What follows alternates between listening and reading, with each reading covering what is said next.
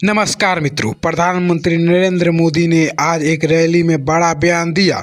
उन्होंने कहा कि उनकी सरकार ने अरब नक्सलियों को किनारे लगाने में सफलता पाई है और अब अगला कदम देश में हो रही घुसपैठ को रोकना है। पीएम मोदी ने विपक्ष पर हमला बोलते हुए कहा कि कुछ पार्टियां वोट बैंक के लिए घुसपैठियों को संरक्षण देती है, जबकि हमारी सरकार राष्ट्रीय सुरक्षा को लेकर किसी भी तरह का समझौता नहीं करेगी। मोदी ने कहा कि देश में कानून व्यवस्था को सख्त बनाकर ऐसे तत्वों को बाहर का रास्ता दिखाया जाएगा। बिहार में चुनाव इस बार मुकाबला सिर्फ चेहरों का नहीं बल्कि वादों और फ्यूचर प्लान का है।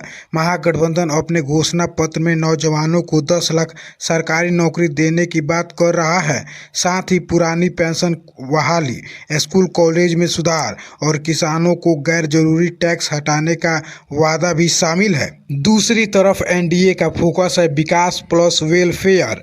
एनडीए ने महिला स्कॉलरशिप, हर जिले में मेडिकल कॉलेज, नए आईटीआई और टेक्निकल यूनिवर्सिटी और लाडली बहना कन्या जैसी योजनाओं को और मजबूत करने का वादा किया है। महागठबंधन कह रहा है सरकारी नौकरी और युवाओं का भविष्य, जबकि एनडीए कह रहा है बुनियादी ढांचा और सामाजिक सुरक्षा। और फैसला आपके हाथ में, किसको चाहते हैं आप? समस्तीपुर में रैली के दौरान गृह मंत्री अमित शाह ने महागठबंधन पर बड़ा हमला बोला। उन्होंने कहा कि महागठबंधन हमसे नहीं लड़ रही बल्कि अपने ही नेताओं से लड़ रही है।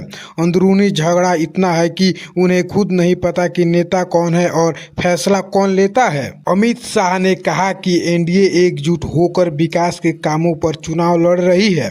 उन्होंने कहा कि मोदी जी ने बिहार में सड़क, बिजली, गरीबों को घर और राशन जैसा काम किए हैं। वहीं दूसरी तरफ महागठबंधन सिर्फ कुर्सी के लिए एक साथ आए हैं, जनता की चिंता किसी को नहीं है। अतः अमित शाह ने लोगों से कहा कि अगर बिहार को आगे बढ़ाना है, विकास करना है, तो मजबूत और स्थिर सरकार को चुनना होगा, ना कि ऐसी टूट फूट वाली सरकार को। में खेसारी लाल यादव का एक बयान तेजी से वायरल हो रहा है। खेसारी ने कहा कि केवल धर्म और सनातन की बात करने से बच्चों का भविष्य नहीं बनने वाला।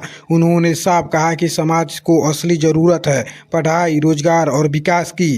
खेसारी ने एनडीए पर निशाना साधते हुए कहा कि लोगों को बहकाया जा रहा है, जबकि युवा परेशान है, नौकरी की कमी है और किसान भी संघर्ष कर रहे हैं। खेसारी लाल का कहना है कि बच्चों को मंदिर मस्जिद की बहस में नहीं, स्कूल कॉलेज और स्किल की जरूरत है। उनकी ये बात सोशल मीडिया पर बहस का बड़ा मुद्दा बन गई है। बिहार में एक बड़ा सवाल उठ रहा है, 30,000 करोड़ रुपयों के पुल आखिर टूट कैसे गए?